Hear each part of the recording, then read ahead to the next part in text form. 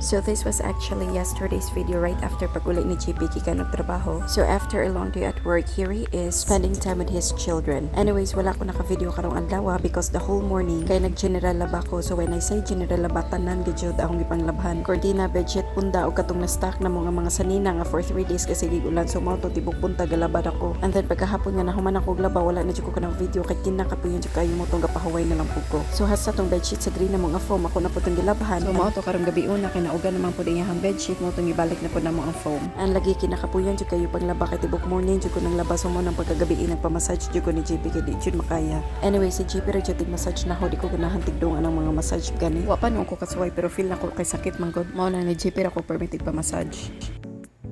Hello guys, it's me Mitch and welcome back to another video. So today is another day, it's Sunday and yes, today is GP's day off. So guys, Sunday man karon mao nang musimba mi. So usually jud musimba mi kay 7:30 in the morning. Ganahan mi musimba og sayo kay para daghan pa mi yung mabuhat. So mao pa mong pagmataan ni mga around 6 AM. Nag-chill sa mi kadali kay later mag-prepare na pud mi para manimba. So fast forward si GP nag-init og tubig kay ako nag-prepare ko sa mong breakfast. Kay right after ani ligoon na pud ako si Austin og si Aiden. So gabi ikinaamang gyapon mi bahaw so mao nang karong buntag ako na pud ni siya fried rice. Garlic fried rice ani siya. Yes, literal na dyan na garlic fried rice kay pag-niagig sa gula man ako carrots, parsley, pero karon garlic na lang dyan. And for our sudan is lumpia. So mo dyan yung madaldali na mga sudan mo nang ganahan ko mga lumpia kay lagi mo rin madaldali na mo. So niuna na lang po ko kaon dere kay si JP nag-ilis pa sa mga bata and maligo pa po siya after. And we are ready.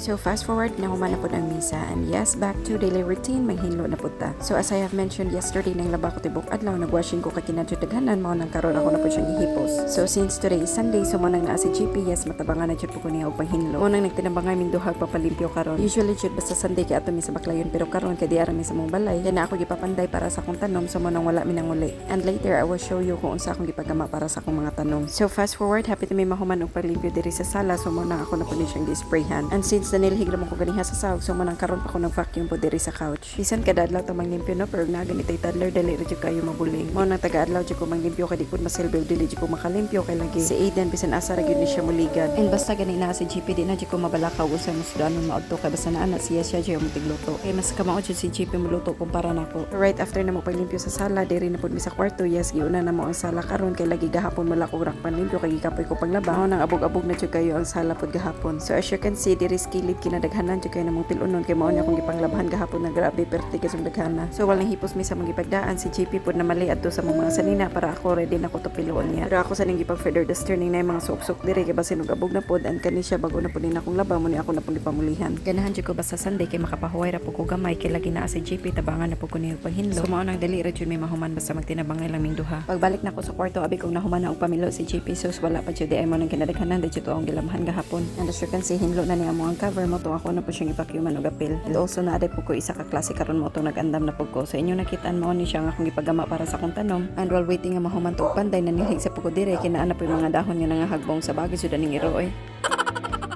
Pasalamat adyo po ko kayo ani ni Pierre Wilson kay lagi December pa jud ko sige ingon niya na magpagama ko butanganan sa akong tanom pero tungod sa kabisi niya kay daghan nagpatrabaho mo nang karon pa jud na trabaho. Moving forward ing sud sa ako kay init na pud kaayo ako sa gipakatog si Aiden and si GP nagprepare na pud para sa mong paniudto. Yes, mao jud akong ganahan basta naa si GP kay siya jud amo ang tigluto. Makaingon jud kog the best pinakalami jud kay ni siya muluto. Way pabor-pabor pero tilawi lang.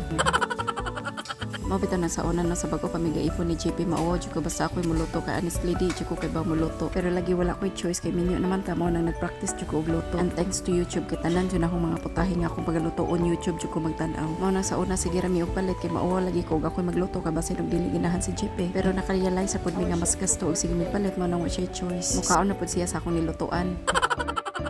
And siguro na ana po siya sa akong nilutoan kay kamera lagi po na diri unless if naami sa baklayon. Kay bisan man dili ko expert when it comes to luto but at least inig uli po niya limpyo na po kayo yung pamuyo. O di basan ka pa.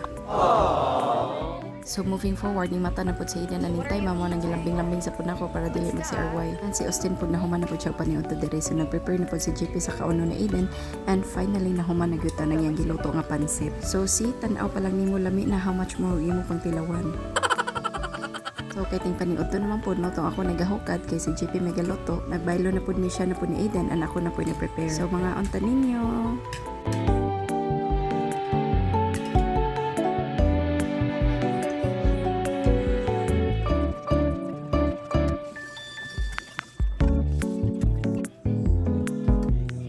Kalami na lang jud sa mong paniud to parisan pa ni soft drinks puso. So fast forward in the afternoon, tingara mapugo ni Austin kinaguha siya wet wipes, sabi ko manrapo siya sa iyahang tiil. Lastilan bintana maday pagitrapuhan, horot niya tong wet wipes ani. And by the way, mauto siya ang finished product sa akong gipagama. I'll do a separate video for that. And also thanks to my bro, kagipalitan po miniyag isa ka bakit nga manok, solve na kayo mo panihapon. So kani nga time gabi ina ni siya practice si JP sa iyahang gadget. Kay right after this, mamilo na pod ming duha nagpamassage day po ko ni Austin before that, kay lapad akong ulo ganiha. After na ko pang arrange akong mga tanong, kay gainit din uwan. And then karon mamilo na pod mi kay wala jud maapas ganiha tungod sa kadaghan. So magtinabangay ra gyapon mi ni JP. Anyway, that's all for today. Thank you so much for watching. Till the next video. Have a great day. Bye bye.